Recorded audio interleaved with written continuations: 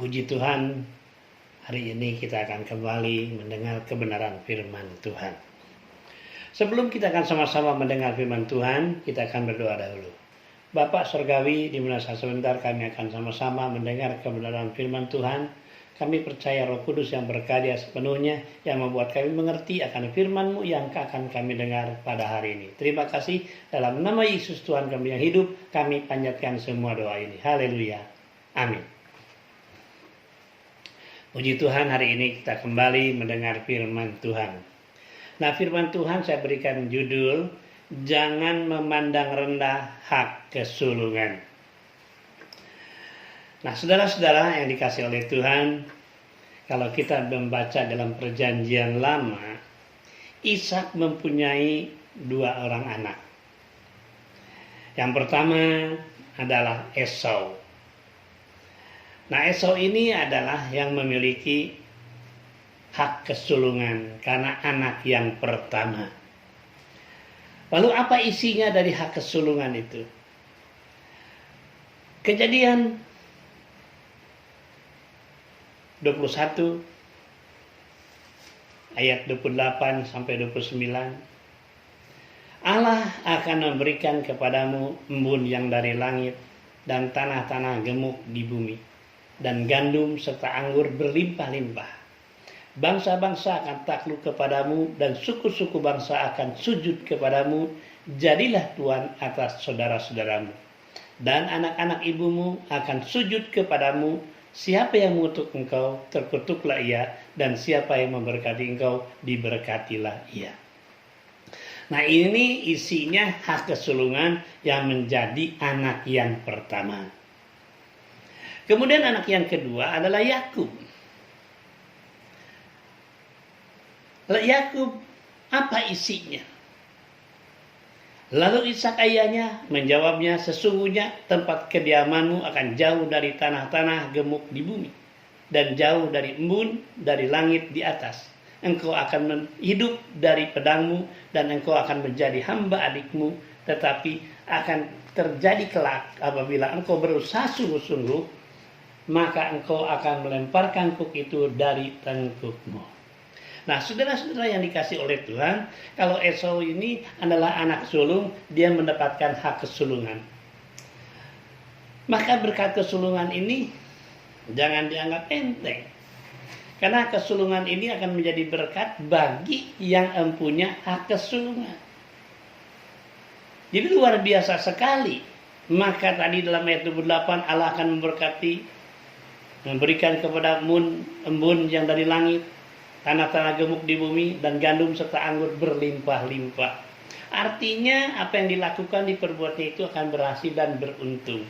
Dengan tidak usah berjerih lelah, bersusah payah. Nah, anak yang kedua, dia juga dapat berkat. Sesungguhnya tempat kediamanmu akan jauh dari tanah-tanah gemuk di bumi, dan jauh dari embun dari langit di atas. Engkau akan hidup dari pedangmu, tetapi akan terjadi kelak apabila engkau berusaha sungguh-sungguh, maka engkau akan melemparkan kuk itu dari tengkukmu. Nah, berkat yang kedua ini apabila dia sungguh-sungguh bekerja keras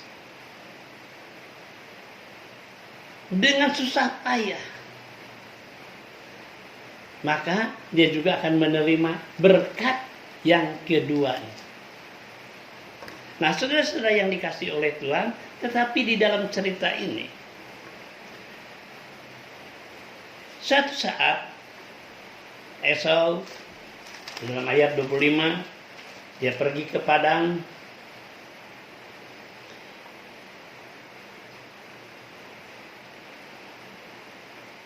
Esau menjadi seorang yang pandai berburu, seorang yang suka tinggal di padang. Tetapi Yakub adalah seorang yang tenang dan suka tinggal di kemah. Ishak sayang kepada Esau sebab ia suka makan daging buruannya. Tetapi Ribka kasih kepada Yakub. Pada suatu kali Yakub sedang memasak sesuatu, lalu datanglah Esau dengan lelah dari padang. Kata Esau kepada Yakub, berikanlah kiranya aku menghirup sedikit dari yang merah-merah itu. Karena aku lelah. Itulah sebabnya namanya disebut Edom.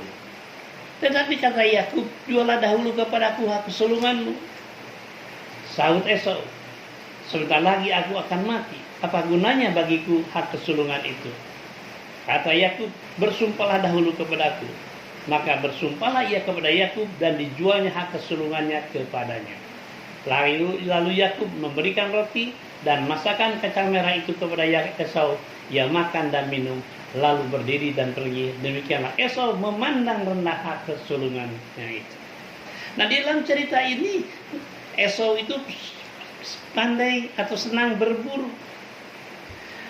Setelah ia pulang dari buruannya, ia merasa lelah.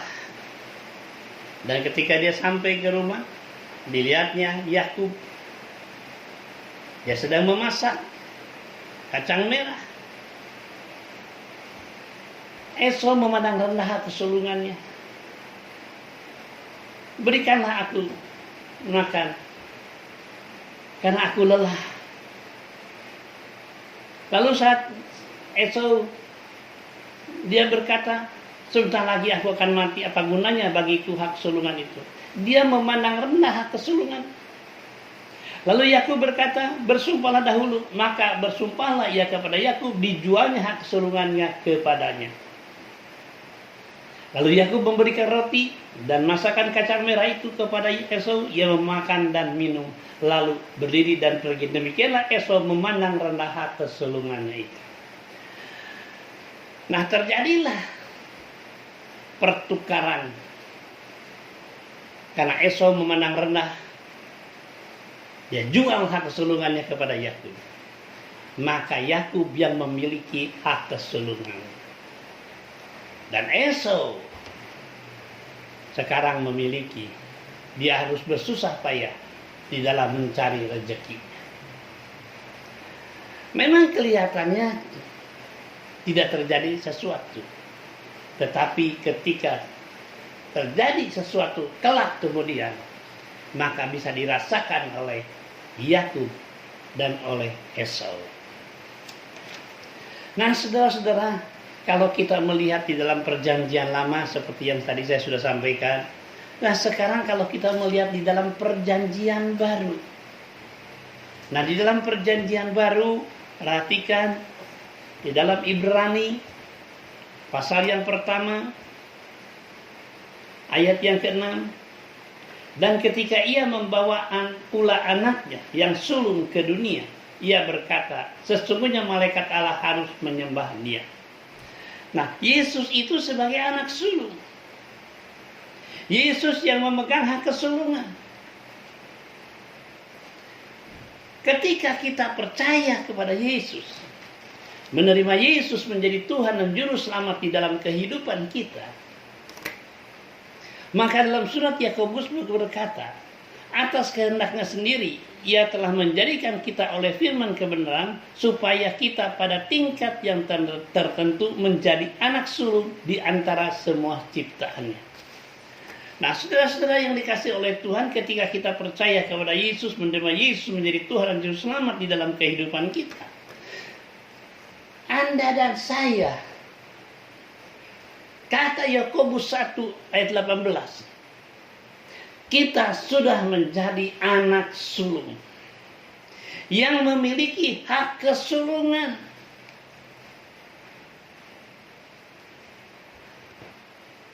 Maka berkat itu ada di atas kepala orang benar.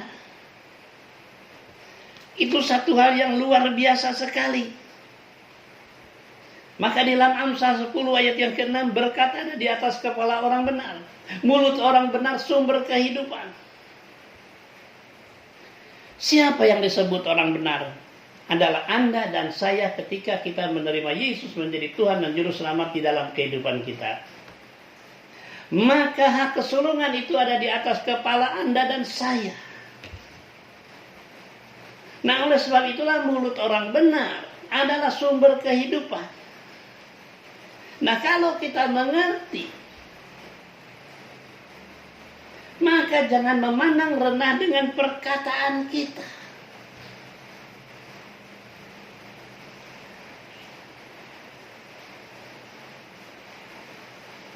Jangan memandang rendah hak kesulungan dengan perkataan kita. Perkataan kita harus positif.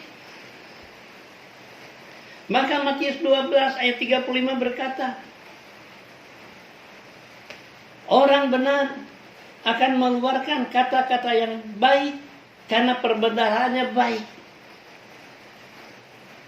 Nah, saudara-saudara yang dikasihi oleh Tuhan, ketika Anda dan saya percaya kepada Yesus, maka berkat kesulungan ada di atas kepala Anda. Dan berkat kesulungan itu akan turun ke tangan kita kalau mulut kita itu benar, berkata yang baik, berkata yang positif. Maka Anda dan saya tidak akan bersusah payah di dalam mencari rezekimu seumur hidupmu. Kalau kita berkata yang baik, yang benar, berkat kesulungan itu akan turun ke atas kita, maka apa yang dilakukan, dikerjakan, semuanya akan berhasil dan beruntung. Karena jelas mengatakan dalam Yakobus tadi 1 ayat 18, Anda dan saya sudah dijadikan anak sulung atas kehendaknya. Nah, saudara-saudara yang dikasih oleh Tuhan, ada dua pengikut Kristus. Yang pertama, Kristen sebagai Esau yang memandang rendah hak kesulungannya dengan kata-kata, dengan perkataan yang tidak baik, yang negatif, maka berkat kesulungan itu tidak akan turun ke atas Anda dan saya kalau kita berkata yang negatif. Karena kita memandang rendah kesulungan itu. Tetapi Kristen Yakub sangat berharga hak kesulungan. Maka dia berkata yang positif, yang baik. Kalau dia berkata yang baik, yang positif, maka hak kesulungan itu akan terjadi dalam kehidupan Anda dan saya. Dengan cara apa kita memandang hak kesulungan?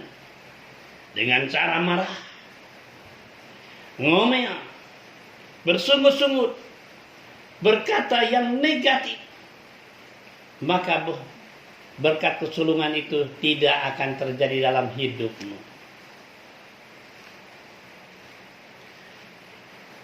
Amsal 13 ayat yang ketiga, siapa menjaga mulutnya memelihara nyawanya, siapa yang lebar bibir akan ditimpa kebinasaan. Jadi siapa yang menjaga mulutnya memelihara kehidupannya. Siapa yang bocor mulut akan ditimpa kebinasaan. Maka susah payahmu di dalam mencari rezeki akan terasa oleh Anda sendiri. Tetapi siapa menjaga mulutnya, berkata yang positif, berkata yang baik, dia memelihara hidupnya. Nah, saudara-saudara yang dikasih oleh Tuhan, oleh sebab itulah kita bersyukur bahwa Anda dan saya sudah percaya kepada Yesus, menerima Yesus menjadi Tuhan dan Juru Selamat di dalam kehidupan Anda dan saya. Nah, kalau kita sudah menerima Yesus menjadi Tuhan dan Juru Selamat dalam kehidupan Anda dan saya, ingat bahwa berkat kesulungan itu ada di atas kepala Anda. Dan bagaimana caranya supaya berkat kesulungan itu turun ke atas kita? Mulut orang benar adalah sumber kehidupan. Oh, kalau kita bicara yang positif, yang baik, yang benar, saya percaya bahwa berkat kesulungan itu akan turun ke atas tangan kita. Dan apa yang kita lakukan, kita kerjakan, semuanya akan berhasil dan beruntung. Nah, saudara-saudara yang dikasih oleh Tuhan, memang selama kita hidup di dunia tidak lepas dari persoalan. Berbagai macam persoalan yang kita hadapi. Tetapi ingat, dalam 1 Petrus pasal yang ketiga ayat 9 dan 10 berkata seperti ini. Jadi janganlah membalas kejahatan dengan kejahatan, caci maki dengan caci maki, tetapi sebaliknya hendaklah kamu memberkati. Karena untuk itulah kamu dipanggil, yaitu untuk memperoleh berkat. Sebab siapa yang mau mencintai hidup dan mau melihat hari-hari baik, ia harus menjaga lidahnya terhadap yang jahat dan bibirnya terhadap ucapan yang menipu. Selama kita hidup di dunia, tidak lepas dari berbagai macam persoalan. Ada orang yang jahat, ada orang yang tidak baik, mungkin kita dicaci maki. Tetapi Anda harus ingat bahwa berkat itu ada di atas kepala kita. Oleh sebab itulah ayat ini berkata, jangan membalas kejahatan dengan kejahatan, caci maki dengan caci maki, hendaklah kamu memberkati. Kalau orang jahat terhadap kita, hendaklah Anda memberkati. Kalau Anda disalahkan oleh seseorang, hendaklah Anda juga memberkati. Kalau Anda dicaci maki, hendaklah Anda memberkati. Karena untuk itulah Anda dipanggil untuk memperoleh berkat. Nah, saudara-saudara dikasih oleh Tuhan, kalau Anda mengerti tentang hal ini, bahwa Anda mencintai hidup. Siapa yang mau mencintai hidup dan mau melihat hari-hari yang baik, ia harus menjaga lidahnya terhadap yang jahat dan ucapan yang menipu.